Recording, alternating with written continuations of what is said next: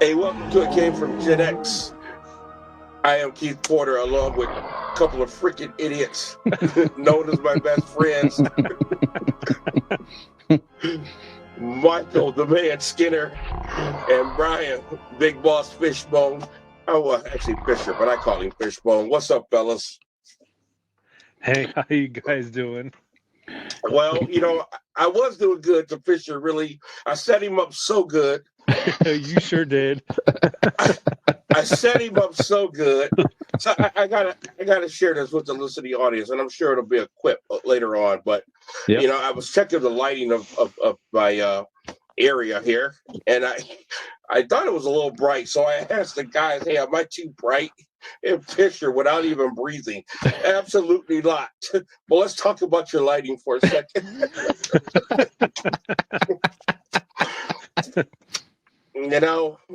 When something's that good, you just got to bow down. Okay, I got no comeback. I know when I'm defeated. So anyway, what's going on, Fish? Hey, great weekend. Happy Labor Day. Yes, thank you. Happy Labor Day as well. We do an annual camping trip, me, Cunningham, and a few people, whoever could make it down. And this was my 30th consecutive year making this trip down there. It's to Holloway, Ohio. Man, yeah, you guys do that a lot. Yeah, so Cunningham's bought his family home down there, and he plans to retire down there and stuff like that. But many, many years just going down there camping. It really just makes one reflect for a minute, just the fact of to do anything, I don't care what it is, for 30 consecutive years annually.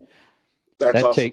It takes commitment from people and planning and priorities and everything else. It's hard to have 30 consecutive family holiday traditions, you know what I'm saying? So, yeah, that is amazing. I know. Yeah, I'm always hearing about you guys going to Holloway, and I've seen the pictures, and my first thought was, I'm not letting them get me in some woods, far from home. But it also reflects it must be a special place too to do it 30 years, and for our friend talk about retiring there. So it must be a special place.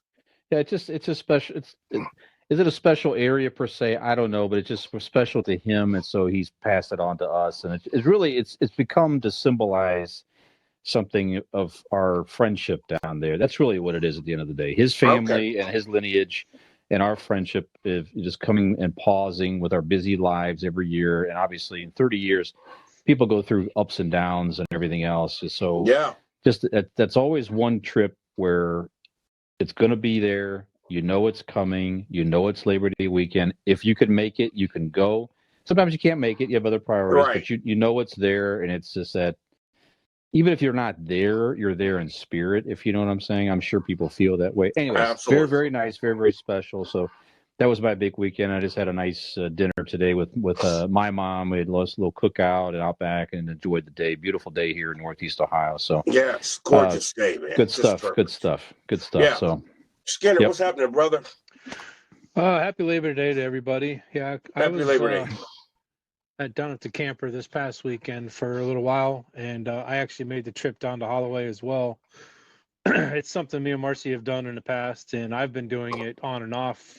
I can't say 30 consecutive years, but I can get probably a dozen or more of those 30 years I've been down there. So it's first time that I've actually driven down there myself, and thinking, oh, I've been there and I've been there and I've been, it was really cool because we took a back way in from the trailer. So great weekend with friends. Coach Coop and Amy and Coach Mrs. Coop was there. So I got to spend time with them, and of course Brian Fisher and JC and the twins, and it was a really nice time. It was short for us because we had to go back later on in the evening, but we still had a great time though. That's cool. Only thing I've done for 30 years straight is eat. So I got that record going for me. Man, that's cool. Well, let's think about this. So 30 years ago, Keith. Now, 30 years ago, let's think about this for a second too. Some of your current suitors on your dating site would have been in their early to mid 40s 30 years ago. Oh my gosh. Yeah, this is true. And you know what? I'm going to start hitting some of these old gals up, okay? Because look, you never know, man.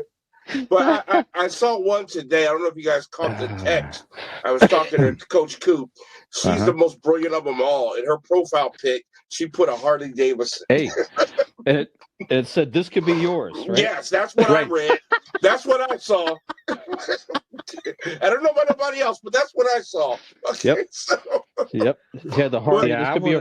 Yep. Go ahead. I want to see him on a Harley and somebody riding shotgun behind him. That would be too damn funny. Yeah. Oh my gosh! There you Freaking go. wig coming off. Slow down. Teeth coming out. Boy, I can see where this show's going today now. I know. Oh my god! And when I say, "Hey, this is my old lady," I mean it. This is my old lady. Okay. You guys laughing at me? Well, I'm gonna call some of these old broads, man. Hey. So, yeah. Well, I wish I'd had a great day, weekend like you guys. You know what? It's great. Life is what it is. But I've been in the bed for the last few days, a little bug, and it's starting to leave. So I am looking forward to enjoying my week, getting back to work full time. Some of my students, they were part time for the summer, so I'm kind of excited about that now that school's back. And guys know about second recording with the Diamond Phillips Band has been done, so we're going to be back in the studio October 2nd, and that CD hopefully be done by Christmas. And got some big shows coming up too for the with Rock Generation, but I'm also doing a very, very big 3-day Christmas event with a musical production company, which I'm excited about because this was a show I was going to do, and this is 2 days before the governor shut everything down for quarantine and just killed that whole show. We were devastated. And here we are a couple years later, and I got the opportunity. They gave me the call to do that show again. So hopefully we'll get it done, but I'll fill you in on that later. So yeah. Fish, tell people about where they can find us. Also some interesting international news concerned with It Came From GenX. Yes, there you go. Thank you. So you might be listening to us on Global Internet Radio, WMVU.org, Mondays from 7 to 8 p.m. Eastern, or on your favorite podcast platforms, Apple Podcasts, Google Podcasts, Spotify, and more. Just search us there. Subscribe, follow. We appreciate your support there. If you're listening on Apple Podcasts, rate and review the show. Helps others find us. All show information. We are on Facebook. We are on YouTube. We are on TikTok. We are on Instagram. All show links can be found in two main places: a Linktree account. Just look up Linktree. It Came From GenX, or It Came From GenX Linktree.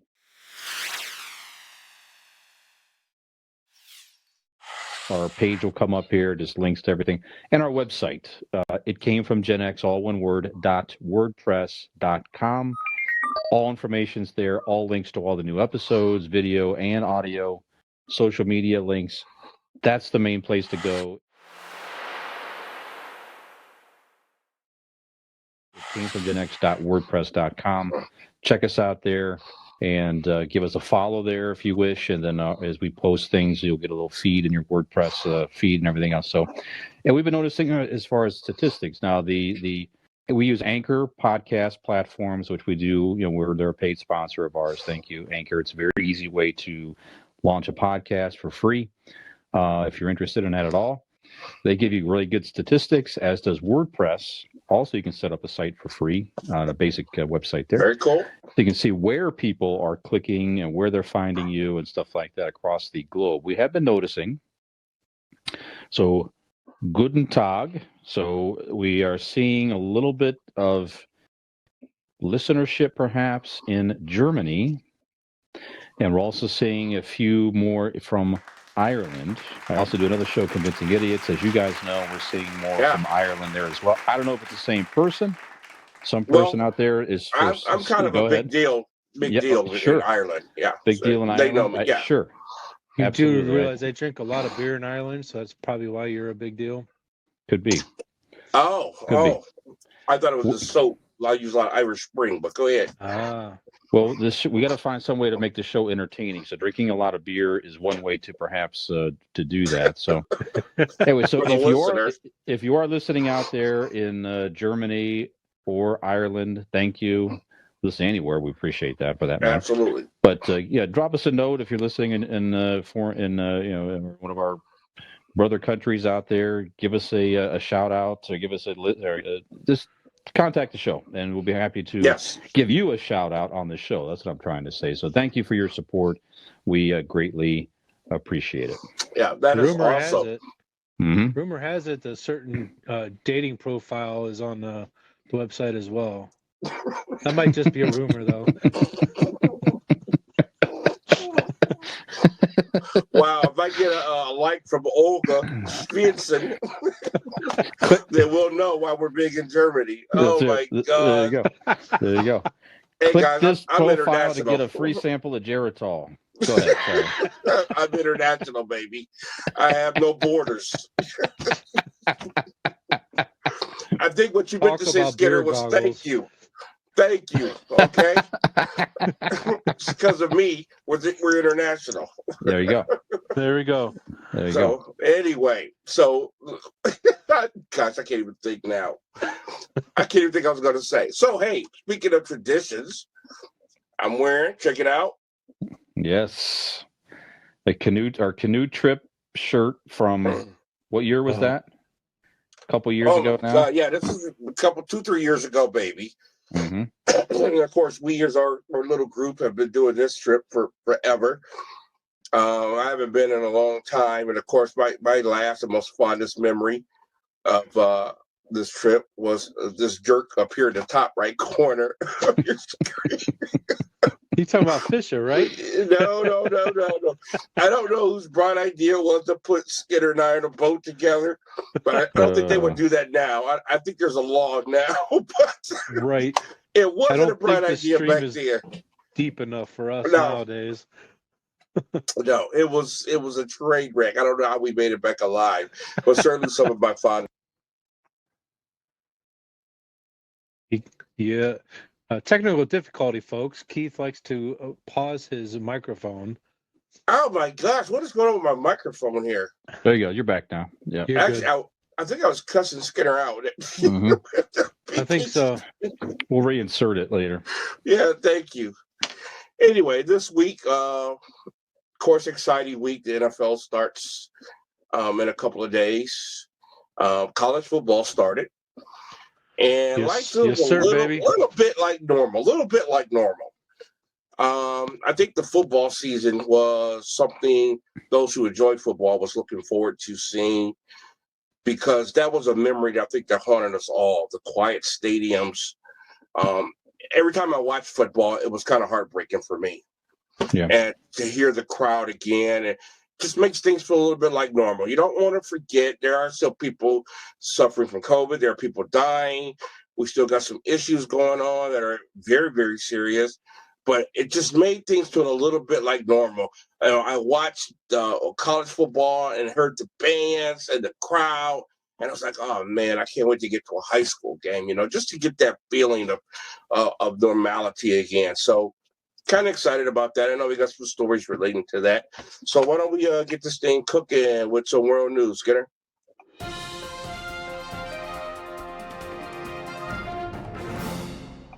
Well, that's actually a good segue because as you're talking about college football, I've got of course. Yes. I got to. I meant to acknowledge you guys' outfits. I'm sorry. Go ahead. No, that's okay. I've got my game day gear on, my very lucky jersey, number 1, which happened to be Justin Fields last year. And this hat I've had for probably 25 years, and I only wear it on game day.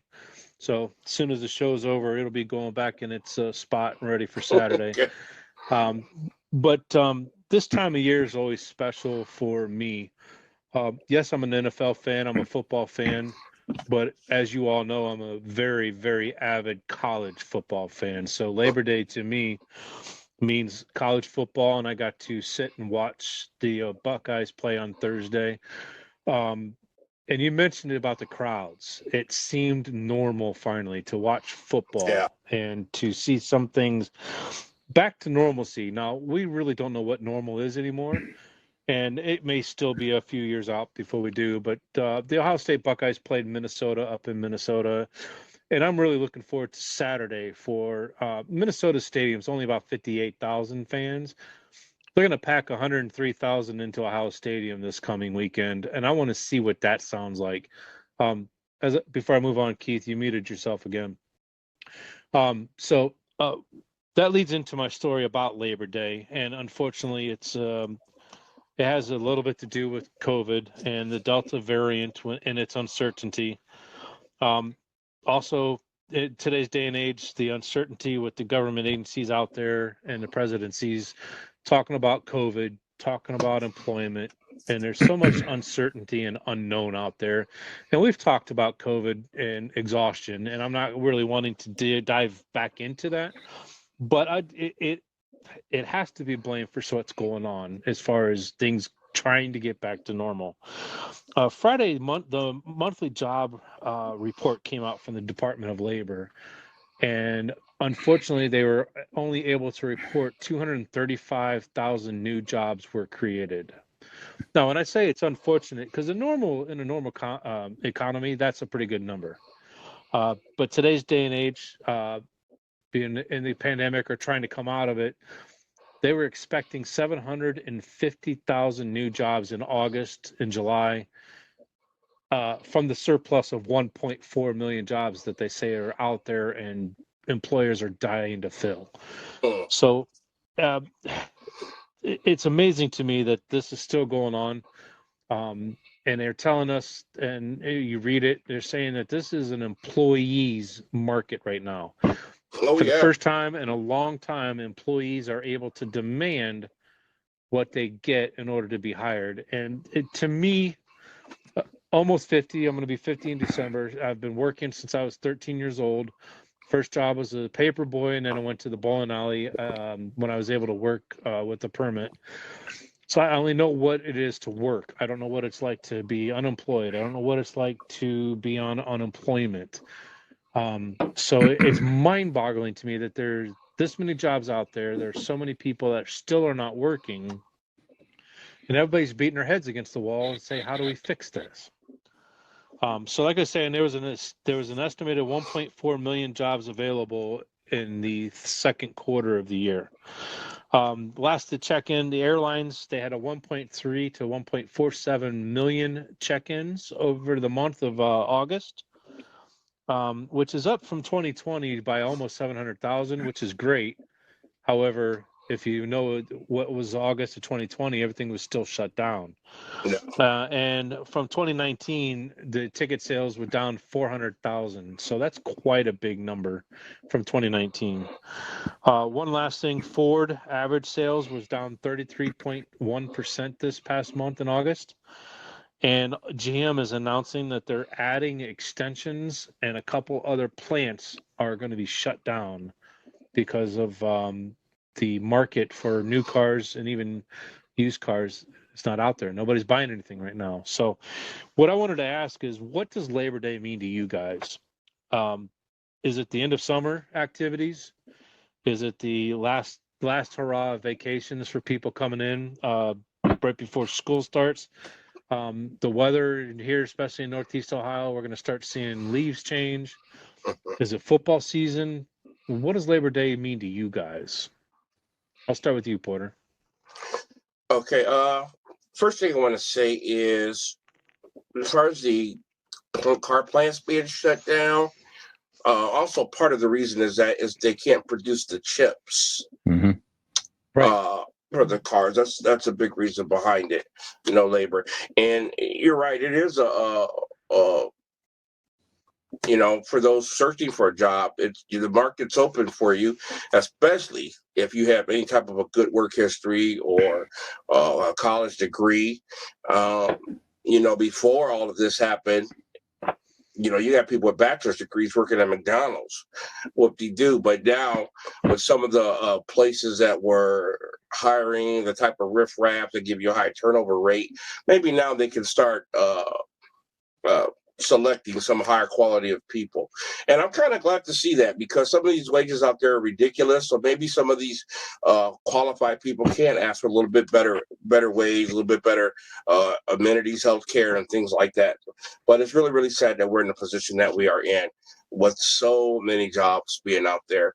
I was interested, you were talking about the decline of new jobs created, and I wonder how that compares, juxtaposed to jobs that are already open, that have been left vacant due to whatever reason, stimulus checks, COVID, whatever. So interesting to see that. But anyway, Labor Day, I'm going to be very, very honest with you.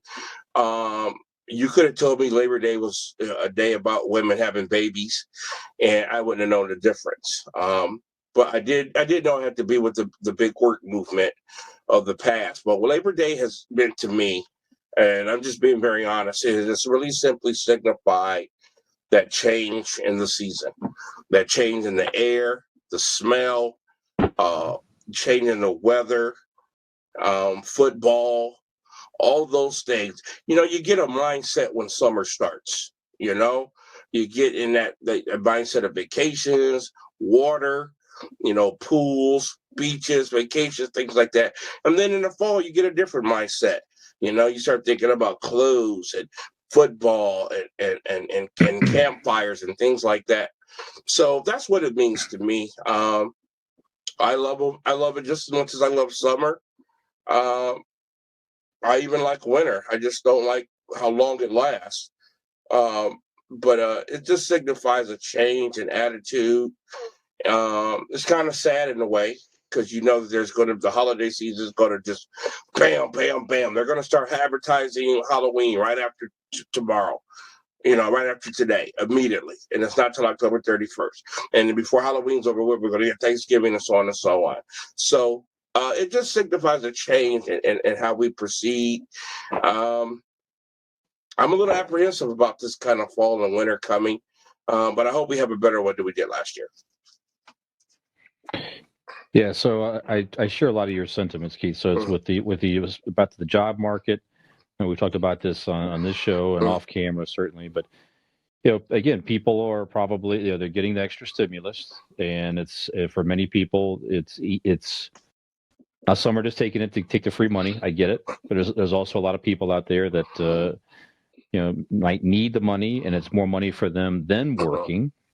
Right, so employers can't hire people. So at the end of the day, I hope that that at least there will be some opportunities where, like you said, Keith, it's a more of a living wage than to work some of these jobs that may not be quite as appealing at first glance before. So maybe maybe employers are seeing that a little bit more. If we want people to work here, we're going to have to make it more appealing in some way, whether it be the environment, money, benefits, some combination of all those things.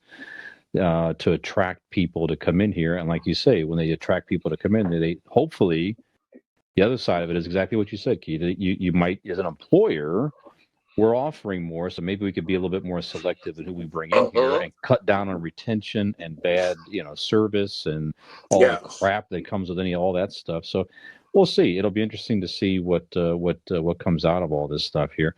And Labor Day for me, we talked about at the beginning of the show. It's one thing for me is it symbolizes that trip for 30 years of it's something I always can look forward to every year, that regardless of how busy people are, I'm at least going to see a few people, not as many as I want to all the time, but that's okay. Life changes. I mean, I've had to change as Peyton is growing up, I've had to change my arrival times down there and stuff to go watch her cheer as a little girl and come down later and all this stuff. But everybody goes through it. But, so it's an opportunity to spend time with friends and pause. And like you say, it's the change of the season, and it's the kind of the bittersweet end of summer and into the fall and all the exciting times with the fall. So that's what this time of year means for me. So, yep. It's interesting. You both said it's the change. It's a change of season. Let's hope that it's a change of attitude and change of how people treat each other, how they treat others out there in the public, and all this negativity that's been going on for the last, let's say, a year and a half now, since March of 2020. Everybody's afraid to do anything outside their homes. I get it. There's a difference of opinion. We had a presidency change in the last 18 months. There's been all kinds of negative things. Let's hope that this Labor Day change, is a change of season, a change of hope, a change for the good, and see where we can go from here. Yep. All right. No, that's okay. That's your story today. That is my story for today. All right. And technical difficulties once again. Keith doesn't want us to listen. Okay. Well, it was a great story, and hopefully, by a change. I think the world is. I don't know. I see it, but I see a lot of people being more vocal about coming together than I do about hatred. I see it in the places I go. As you guys, me, everywhere I go, when I walk into a store, run into a guy coming out of the gas station, white or black or whatever, I always say, hey, my brother.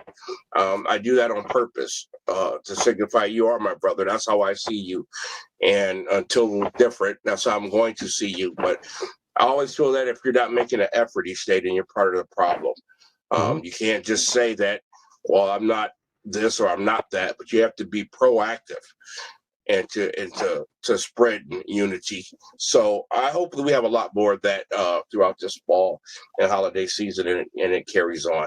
All right, so little pop culture.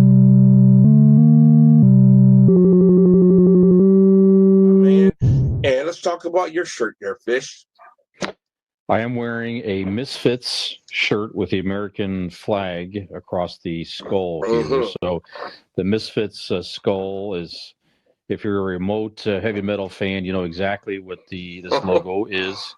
I remember as a kid being turned on to it because Cliff Burton of Metallica, it seemed like every other shirt he wore was a Misfits shirt. I'm like, well, who are these guys? And it wasn't until years later I actually listened to them. So I enjoy their stuff, just a weird horror-ish type music. Yeah. A lot of fun, but fun logo. Again, you know exactly what it is. But because of Labor Day, I wore the Misfits with the American flag. So see, a patriotic Misfits shirt, if you will. So yes, indeed.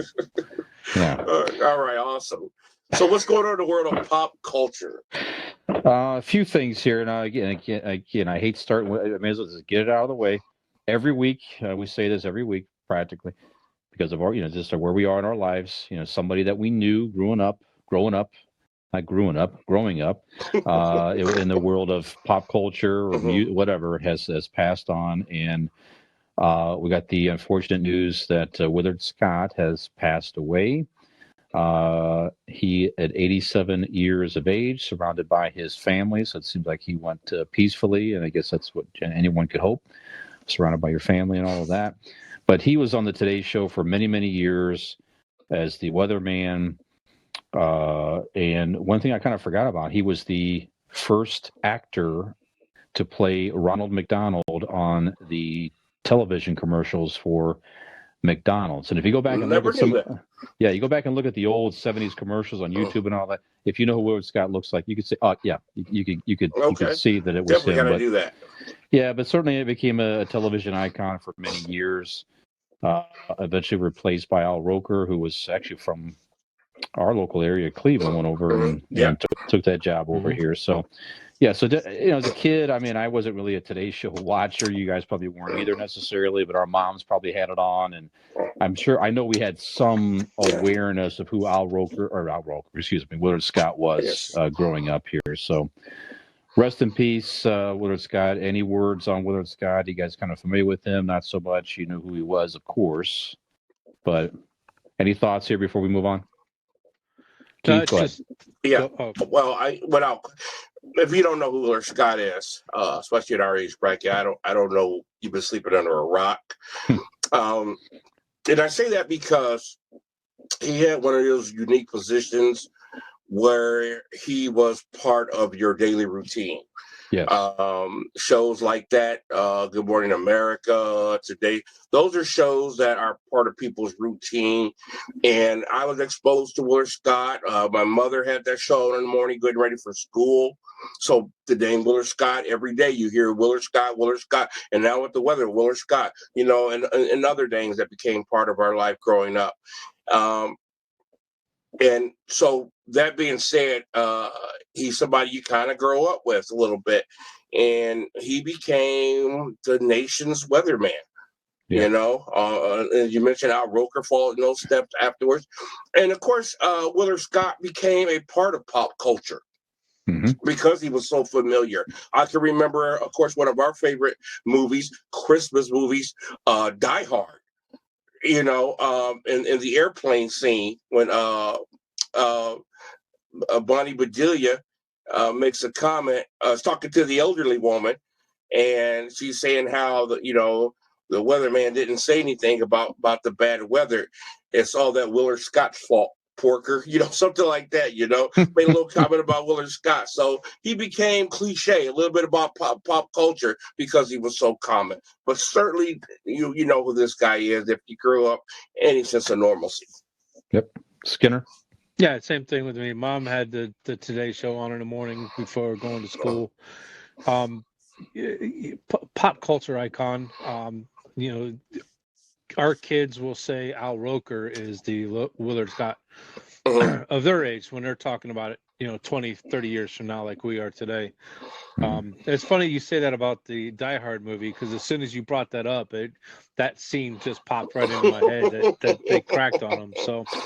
And I'd be willing to bet his name was mentioned in a lot of other movies and TV shows too. I'm sure, but whether you believe Die Hard is a Christmas movie or not, but that's another story for another time.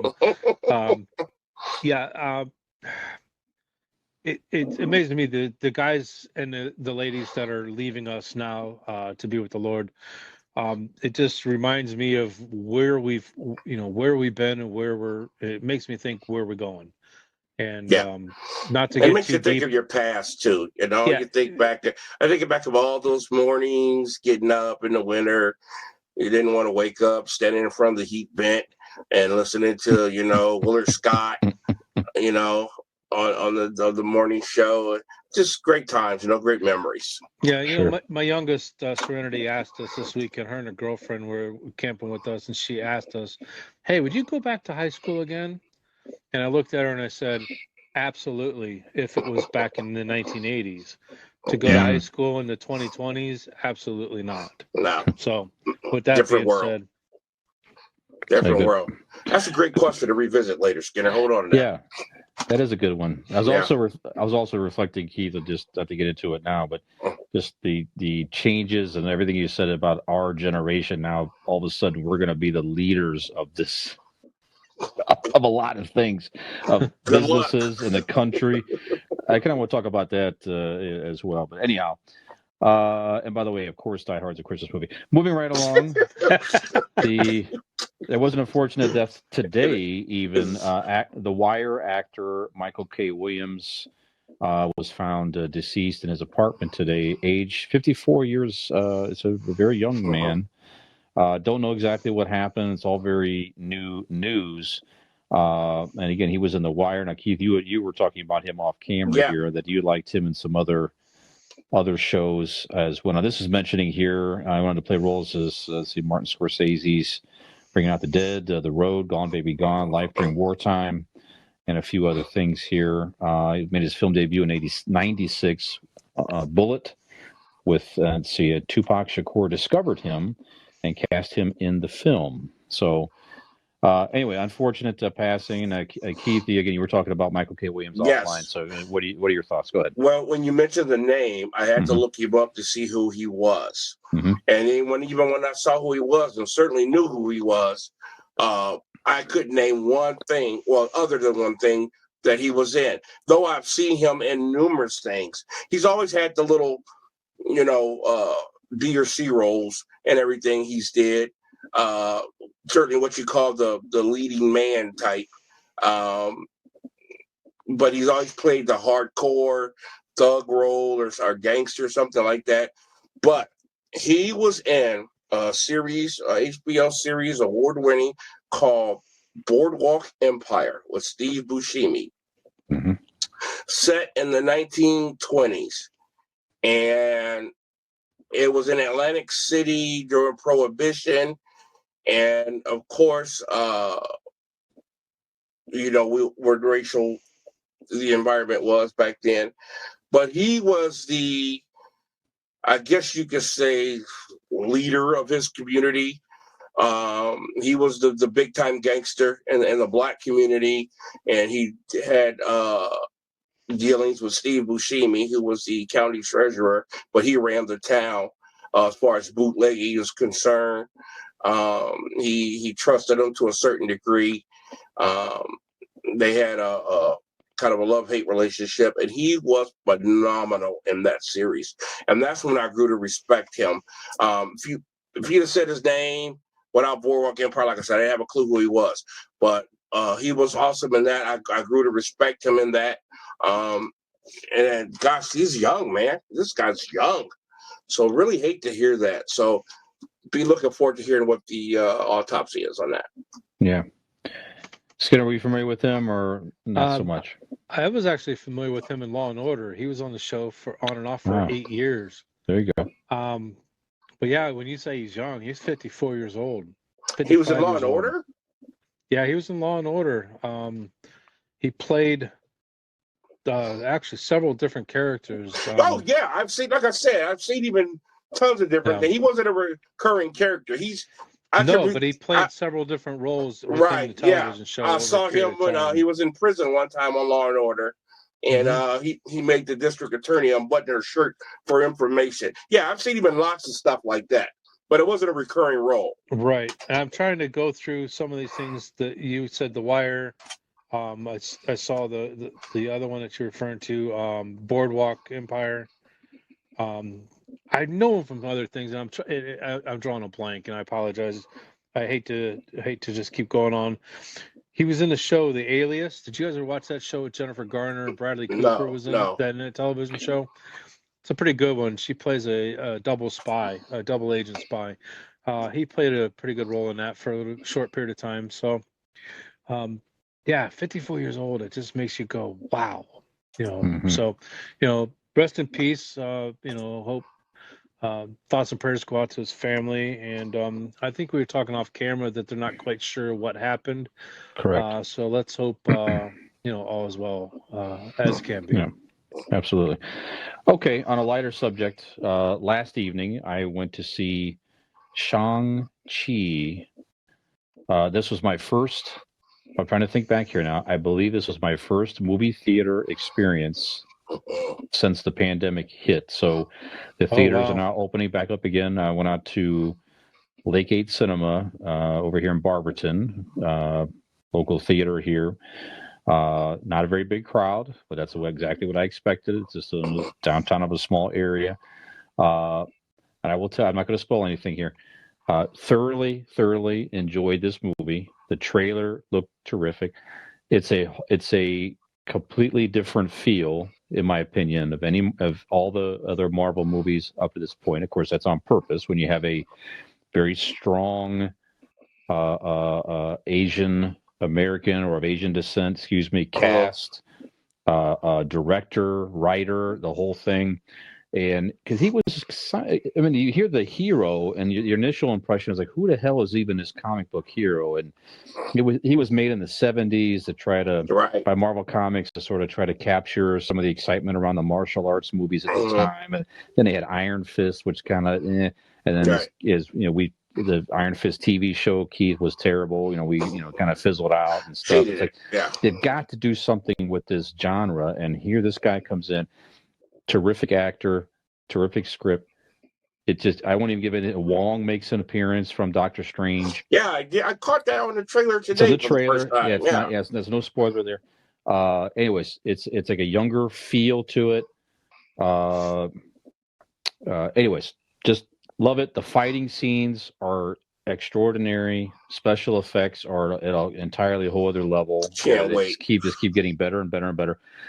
Two credit scenes stay for both. They have one as sort of mid-credit and then one at the very, very, very end, which gives you a glimpse into future projects and things that's coming up here, which got me excited too. So, again, I won't say anything more than that, but just go check it out. Great acting, great storyline, and it's definitely these movies now are continuing to set the table for some of these younger heroes, setting up the next phase of the Avengers and everything else. So, highly recommend. Go check it out. If you're not a martial arts fan, stuff like that, just don't even waste your time. But if you at all like the culture and the fighting and stuff like that, you will love this movie. So there you go. If I wasn't sick these last few days, we'd be reviewing that sucker right now. I tell you, man. You know what? I went by myself. It's like people were busy, people weren't available. I would have went by myself in a heartbeut. Done it many times. Yep. So I'm perfectly comfortable to do that stuff. It's fine. I'm watching the movie anyways, right? I'm a huge martial arts fan. Just a few weeks ago on Amazon Prime, I watched one of my favorite classic old movies, The Kid with the Golden Arm. Just what a classic movie about the Shang-Chi gang. There were 5 of them. They all had a special power. There was Silver Spear, who fought with silver spears. There was Iron Head. He had a brass head. He had a brass helmet on his head. He had a style where he hit you with his head. There are different ones. And, of course, the leader of the gang was Golden Arm. And the kid actually had an arm where, a blade couldn't even cut it. Just one of my favorite movies. Of course, the vocal tracks don't line up, and that's always funny, but a great movie. So I'm a huge martial arts fan. Of course, Enter the Dragon, greatest martial arts movie ever made, in my opinion. And it's hard to get it right sometimes. Sometimes they really screw up. Ninja Assassin, one of the greatest movies ever made, if you've never seen that, as far as recent movies. So I'm looking forward to this. They really screwed up with even a more famous comic book martial artist, Iron Fist. Certainly more famous than Shang-Chi, and they really screwed that one up. I thought the actor they picked was terrible. I thought he was soft. I just hated it. I hated everything about it. And the only reason I continued to watch it was to see other heroes. I love how they brought Power Man in the second season. And, of course, they brought in Power Man and Jones. Forget her first name, Jones, but the real strong girl. And they formed, and they brought in our guy, Daredevil. And, of course, they formed the Defenders. But other than that, they really screwed that series up. And so I was excited about this. I was like, man, you look at the trailers for this can't be bad. So I was glad to hear it was good. Yeah, and I loved how they portrayed the Mandarin. Just again, let's talk about it in more detail after you go see it. We'll do more of a spoiler but I do review want to say this. I'm kind of glad to hear you say that because one of my biggest disappointments in Marvel was Iron Man 3, and I thought it was a unique choice to have what's his name played the Mandarin. Well, actually played Ben Kingsley. He actually played a character named Trevor Slattery, who was an actor. But that portrayal of the Mandarin, I thought was so awesome and dark. I'm like, wow, this is unique, different from the comic books, but it was great. And then to find out he was just acting a character, I was so upset about that. So I'm glad they're fixing that up and bringing the Mandarin back. Yeah, and it's no secret. Trevor returns. I read that. Yes, they tie it all together. I got you. And it was Jessica Jones you were referring to, wasn't it? Jessica Jones. Thank you. I don't know what I think of it. Unbelievable series if you haven't seen that. Have you guys watched Jessica Jones? Oh, I watched it. I was hoping they would bring more seasons out on it, but they haven't. We'll see what Disney does. There's rumors that Daredevil's coming back, and we'll see. Punisher's coming back, so we'll see. All that stuff was phenomenal. And second season of Luke Cage was unreal. Unbelievable. Okay, so we got about 15 minutes here. Okay, just a couple more things real quick, and then the Jeopardy debacle continues. I don't know if we want to get into it at all, but it's just Michael Richards, the whole hosting thing, and he's going to retain his executive producer stuff. Now he's backed out of that, so all that continues to be kind of a Can I say this real quick joke. about that? Go ahead, please. Sometimes when you get a second chance, especially if you've done something, been accused of something horrible, it's kind of good to keep your mouth shut and take what you got. Now he's brought attention to himself and he's losing everything. So that's right. Yep. So hopefully they'll get all that crap together over there. What episode 4 was good. I don't know if you get it. We talked about off camera. This is the one with the Doctor Strange. So basically in this one, Doctor Strange does not have his hands crushed in the car accident. He loses his wife or his girlfriend at the time that he's very much in love with, and it's kind of a very profound, kind of definitely more of a tragic story, and how does he go down the same path or not.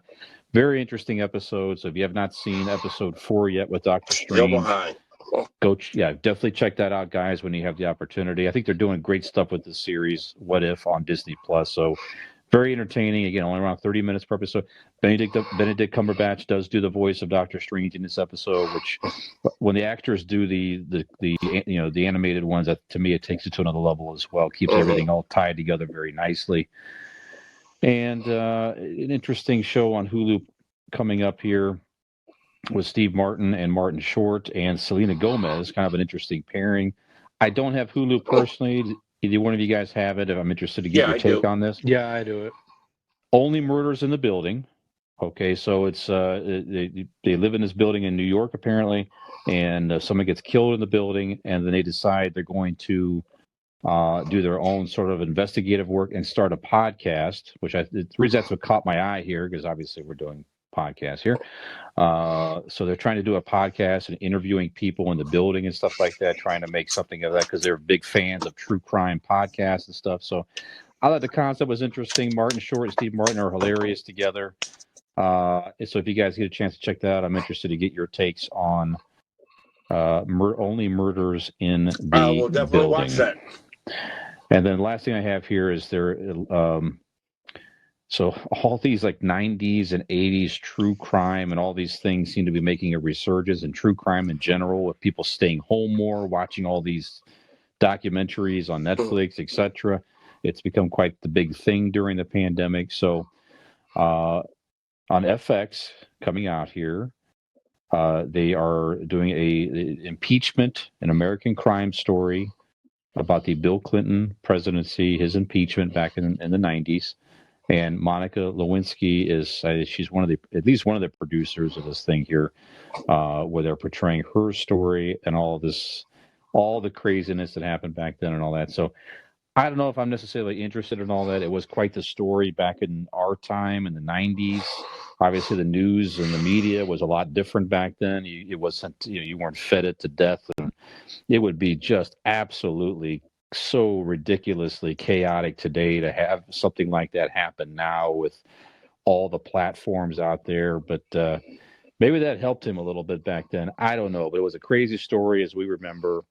I don't know if I'm interested to watch this personally, but I am glad to see Monica Lewinsky trying to do something with it. It's her story, owning it, and trying to change her, I don't know, her brand, I guess, or her image, her story, or her image, right? Whatever. Any interest in this at all, guys? None whatsoever. To me, it's a little bit of self-loathing kind of feel to it. So yeah, I have no desire. Okay. Keith? I'm sort of kind of with Skinner on this one. I'm always interested in president stuff. Mm-hmm. That stuff always interests me. I don't know if this will fall in that category or not. I'd have to see more of the advertisement to see if I'm interested. I kind of disagree with you on the whole Monica Lewinsky thing. I'm more with Skinner. I really, I mean, you're capitalizing off of something that, I mean, you're what are you, the first slut I mean, come on, seriously. Good point. That's a good point. It's true. You know, so and I'm not judging, I'm not casting aspersions, but I'm just thinking about the whole situation where not only were you doing something in the nation's highest office with a married man who happened to be the president, and you're capitalizing off of it now. Nobody wants to hear your story. I don't think this woman should live the rest of her life, with the scarlet letter on her forehead. Certainly not. But at the same time, if someone else had produced this movie, I'd probably have a lot more respect for it. The fact that she's doing it, I'm just kind of, really? I don't know. I don't know. I guess at the end of the day, too, he could have said, nah, not interested. And none of this would have ever transpired. So I don't know. That's what I got. At the same time, then again, maybe she's making sure it's told correctly. So I don't know. I just feel kind of weird about the whole thing. Yeah, it is. Yeah. It is awful strange things we're going through. Okay, that's what I got. Keith, what do you got in the worlds of music and sports, sir? We have 10 minutes or so, 42. I think it's about right. So, go ahead. Okay, well, just a couple of quick things. First of all, we talked about Labor Day and the change and what does it signifies, and we all mentioned a little bit about football. College football started a few days ago. Our beloved Ohio State Buckeyes opened the season up in Minnesota. Of course, there was a lot of unknowns, mainly of our quarterback, Stroud, certainly highly touted. And we heard good things, but we did not know. And I think people were a little bit worried and concerned the first half, and rightfully so. But, it's the first half of his first game and on the road, and I think he personally performed outstanding. He kept his composure. He was great. I think he's only going to get better now. What a great confidence booster to start the season with. We still got the great receiving core, and now we know we have a speedster at running back. Outstanding job. I look forward to Ohio State having a great year. So why don't you guys quick thoughts on Ohio State, but also the number one ranked team. We have these great Ohio State teams, these great Oklahoma teams, these great Clemson teams, but Alabama just looks different. And, here they are, new quarterback, and man, they are just an unbelievable machine again. It's kind of disheartening as an Ohio State fan, but as a football fan, it is something to behold. Skinner? Well, I didn't watch the Alabama game, but they only played Miami, so I don't give that much credence. But you're right. 44-13, I think is what that score was. So the average college fan would go, oh, well, that was a blowout. And Alabama's, that's a great franchise. That's a great brand. We'll see how the year goes. The SEC is supposed to be the darling of football, so they're going to beat up on each other. We'll see who lasts at the end of the year. Oklahoma lost. Clemson lost 10-6. What a snoozer that game was. Yeah. So, I'm interested. Obviously, a college football fanatic. Ohio State, everybody was worried and already saying, what's this Stroud? He's going to be a loser, this, that, and another after 2 quarters of play. And they did exactly what they always do, is they come out in the second half and just dominate. And that's what they did. So, C.J. Stroud, like you said, I'm sorry, Fish, I'll let you go. That's okay. No. This is his first collegiate game as a 19-year-old freshman in the Big Ten, playing on the road in Minnesota on national TV. They watch this kid all over the world. Now, if that's not the pressure from anybody, I don't know what is. And the kid, I think sky's the limit from here on. Yeah, absolutely. Totally agree. Fish, that's all right. Real quick, I hope the kid from Minnesota is okay. The running back, he was kicking our butts in the first half. So if he wouldn't have gotten hurt, it might have been a whole different game. This is true. For Ohio State. So he had over 150 yards, I thought, before he got hurt in the first half. So they'll have to do something to shore up their run defense and all that. But the kid, the quarterback, you're right, is going to settle down the second half. freshman, first game out there, probably scared as hell. But he definitely settled down. So it'll be interesting to see. College football, it's like there's only 6-8 teams that matter. Right. At the end of the day, I guess we're lucky in this area to have one of them, but It's we'll kind see of a how it unique shakes feel. out. You love your team, even though the majority of the schools know you're not going anywhere. You're gonna like if you're a University of Akron fan, you hope you beat Kent State. Other than that, you go because it's your team. You know you're not going to win anything, and that's college football. But there's only, like you said, 6 or 7 or 8 teams that really truly matter. Your top 6 maybe in the rankings. Other than that, whoop-de-doo. So I agree with you. I got more questions about our run defense than I do our quarterback now. So we'll see how that goes. It was the first game, but you see a team like Alabama come out though, and man, just the sacks, the precision. I was like, man, why does this team just reload so perfectly every time? But they're probably the first college football team where all of their major coaching positions are all former NFL head coaches. Bill O'Brien is now who coached Houston Texans for a year. He's now the offensive coordinator.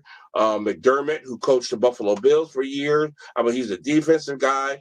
And then, of course, you have, Nick Saban. And Bill O'Brien, man, he worked for the greatest college coach of all time and the greatest NFL coach of all time. He worked for Bill Belichick and now for Nick Saban. So we'll see. Of course, last year, we don't know how we really could have fared with Alabama because of the injuries Ohio State had. I don't want to use that as an excuse, but if our running back had been in that game, and we'll see. So anyway, college football is back, good for those. NFL starts this week. Some great openers. My beloved Steelers will start off with the Buffalo Bills, who are probably the hottest team in the NFL right now. Going out of last season next alongside the Browns maybe. So this is going to be interesting. TJ Watt has not practiced yet and will not practice until he signs, scared of injury. Of course, when he signs, he will be the highest paid defensive player in history.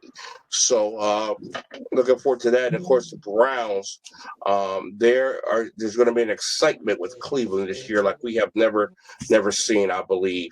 And well-deserved excitement the way they finished last year. So anyway, that's just a little bit of football preview. More news and music. Of course, some new releases have been talked about. We talked about our genre. The band Iron Maiden released their 17th studio album. Studio album, guys. Incredible. Yeah, incredible. This band has been around for so long.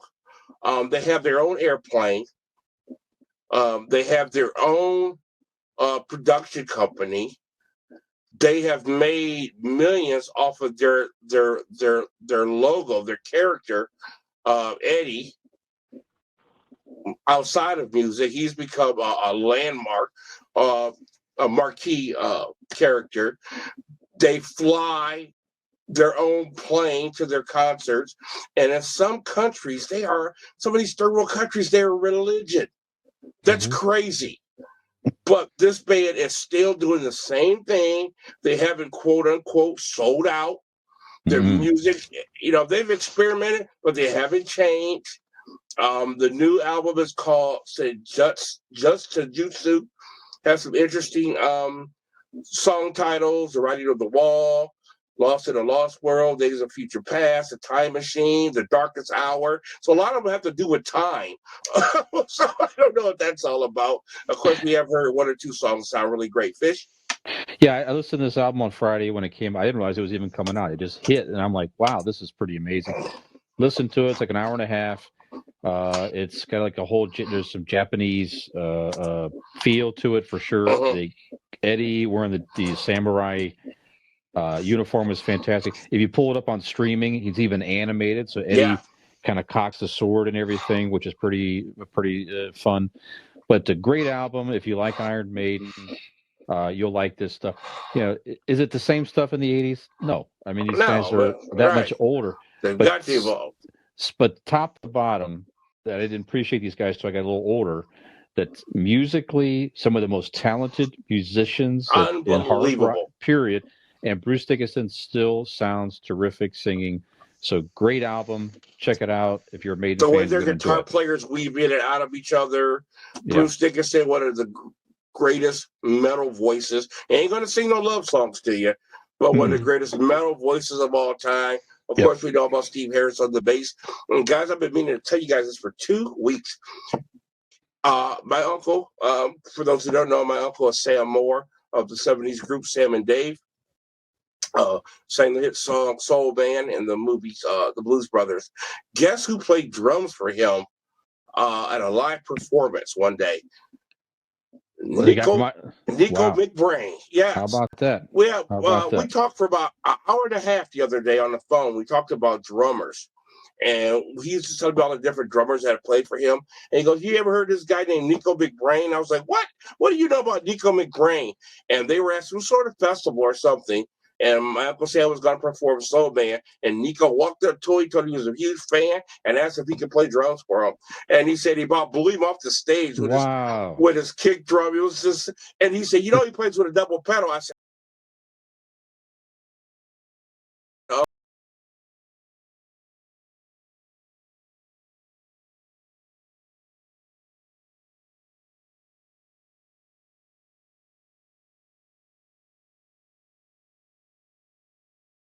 the samurai uniform was fantastic. If you pull it up on streaming, he's even animated. So Eddie kind of cocks the sword and everything, which is pretty fun. But a great album. If you like Iron Maiden, you'll like this stuff. You know, is it the same stuff in the 80s? No. I mean, these guys are that much older. They've got to evolve. But top to bottom, that I didn't appreciate these guys till I got a little older. That musically, some of the most talented musicians in hard rock, period.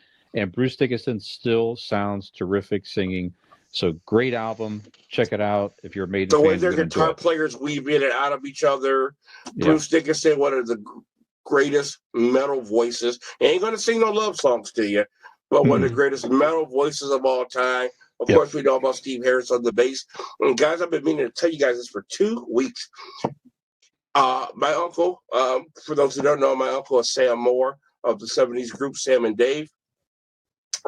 Sang the hit song Soul Band in the movies The Blues Brothers. Guess who played drums for him at a live performance one day? Nico McBrain. Yeah. How about that? We talked for about an hour and a half the other day on the phone. We talked about drummers. And he used to tell me about all the different drummers that had played for him. And he goes, "You ever heard this guy named Nico McBrain?" I was like, "What? What do you know about Nico McBrain?" And they were at some sort of festival or something. And my uncle said I was going to perform Soul Band. And Nico walked up to him, told him he was a huge fan, and asked if he could play drums for him. And he said he about blew him off the stage with his kick drum. It was just, and he said, "You know, he plays with a double pedal." I said, "Uncle Sam, no, he doesn't." He goes, "Are you sure?" I said, "That's what among drummers makes him so amazing. What he does with one foot." You know, if you listen to the song "Where Eagles Dare," one of the hardest tracks he's ever recorded, but 1 foot. He goes, "You're kidding me." He goes, "I looked at Joyce, and this guy's foot was just flying all over the place, man. His beats was coming so fast." I said, "That's Nico for you, man." So yeah, that's awesome. Didn't know that. Fish, any thoughts? I mean, Skinner. No, same sentiments. I'm really glad I got a new album out, and the one song I did hear, you can totally tell it's Iron Maiden. So I'm excited to hear what the rest of the album sounds like. Okay, well, let's step back in the past here, guys. Swedish pop group ABBA is back after nearly 40, you heard me, 40 years. ABBA? ABBA. After 40 years with the new album, an upcoming state-of-the-art digital concert. The band announced that the 10-track project called Voyage will be released on November 5th and will be performed virtually in 2022. ABBA, very, very well known for their huge song, Dancing Queen, which is still popular to this day. I was not an ABBA fan. Still not an ABBA fan. I have an appreciation for the song Dancing Queen because of a play that I was in where we had to dance to the song Dancing Queen. There was a big dance number, and it was pretty funny. But other than that, not a big ABBA fan. But 40 years, that's exciting stuff. Skinner, ABBA fan? I grew up listening to ABBA with my mom and dad. That was their music back in the early 70s. So am I going to go out and jump out and buy the album? Probably not, but I'll be interested to hear a couple tracks. See what they sound like today. There are 2 tracks out there on streaming. It's a 2-song preview from that album in November. You can find out there on streaming for free. It's ABBA. It's it's not a whole lot of middle ground. Either you like it or you don't like it so much. I think ABBA stepped back and said, with all this fame out there with Mamma Mia and the soundtracks and their music is still very relevant today. Very relevant. So my mom had ABBA albums growing up, and so it just looking for something to listen to, rather. I picked those up and listened, and I got hooked on them as a kid. So I like a lot of their popular stuff. Yeah, so I'm interested. I was able to play the new ABBA for my mom tonight, actually, when she came over. She was very interested to know that ABBA was coming back out. And again, if you like them, great. If you don't, you're not going to be too interested in this music. But pretty cool they came back. Now, it was 2 couples, Keith, and they were married back then. Had to go through a lot of turmoil. They both they divorced both, and so but these couples they remained friends. Well, actually, they probably had to work through that. But they've regained friendship, nurtured all that stuff, and got back together. Wow. It's quite the story behind the scenes, just for 4 individuals to stay together to make music. Yeah. I wasn't a fan. I'd be cool. interested to hear that story. Yeah. Okay. So anyway, there you go. Okay. No significant deaths or birthdays in the music genre pertaining to us anyway, or the show. But a couple of significant dates I thought would be interesting. This day, 1986, the all-girl group Bananarama went to #1 in the U.S. singles chart with the song Venus. It was also #1 for a Dutch group in the 70s called Shocking Blue. I didn't know that. I thought it was an original song. But Venus was the beginning of, Bananarama just was so hot for a minute. Songs like my favorite, Cruel Summer. You mentioned that earlier, Fish. Yep. Bananarama was not the beginning or the end of the girl groups. I thought it'd be kind of cool to look back and talk about some of the big girl acts. First of all, were you a Bananarama fan? And who are some of your favorite girl groups of all time? And I'm going to shoot off a list here after you guys answer the question. Fish? Oh, geez. There's so many. I mean, I like a lot of the stuff even in the 50s and the 60s. So, the Pointer Sisters, Diana Ross and the Supremes, Go-Go's in the 80s. We talked about them on prior episodes and all that. So I'll tell you what, let's make this fun. I'm going to shoot off some, and Skinner, you'll be first, Fish, you'll be second. Give me a yes or no, and we'll go like that. Destiny's Child. No. Yeah. TLC. Yes. Sure. Spice Girls. Nah, not my thing. Not my thing. Oh, but respect what they did. Respect what they did. Let me a no for Destiny's Child, a yes for TLC, a no for Spice Girls. In Vogue. Yes. Yeah, good stuff. That's a huge yes. One of the greatest groups ever, in my opinion. The Supremes. I know that's 3 yeses already. Oh, yeah. Sure.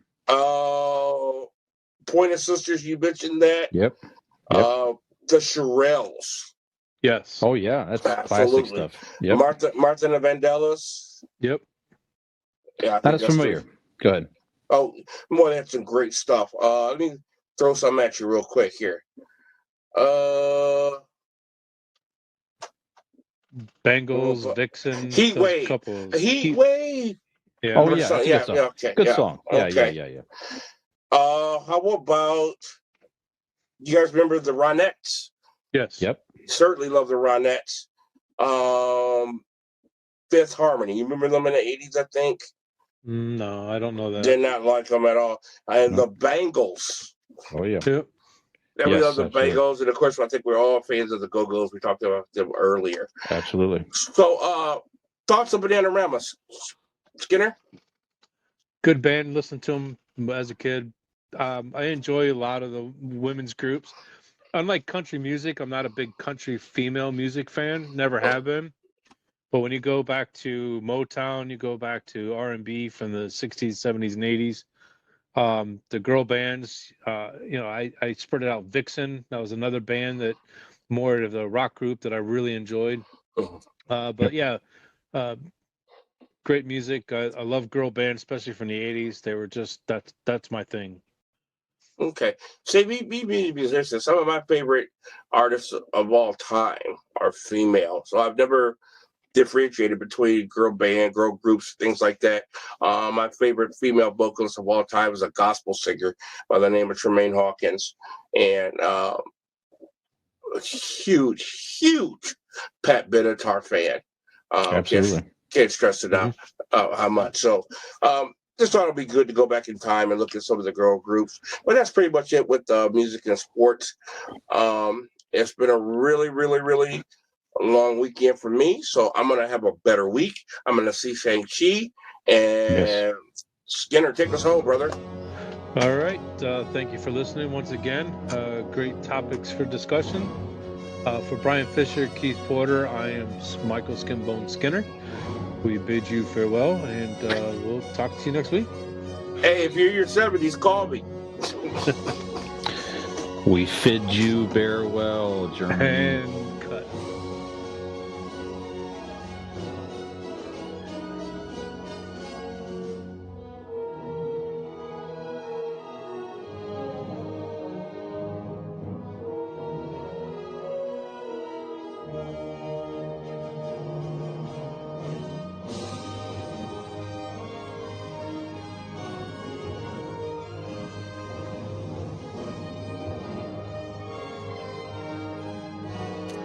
I had it. Of course, it's my bed's over here on the other side, so can't worry about it now. Am I too bright? Well, you can't. No, absolutely not. Okay, cool. Now your lighting. Let's talk about that for a second. That's what I'm talking.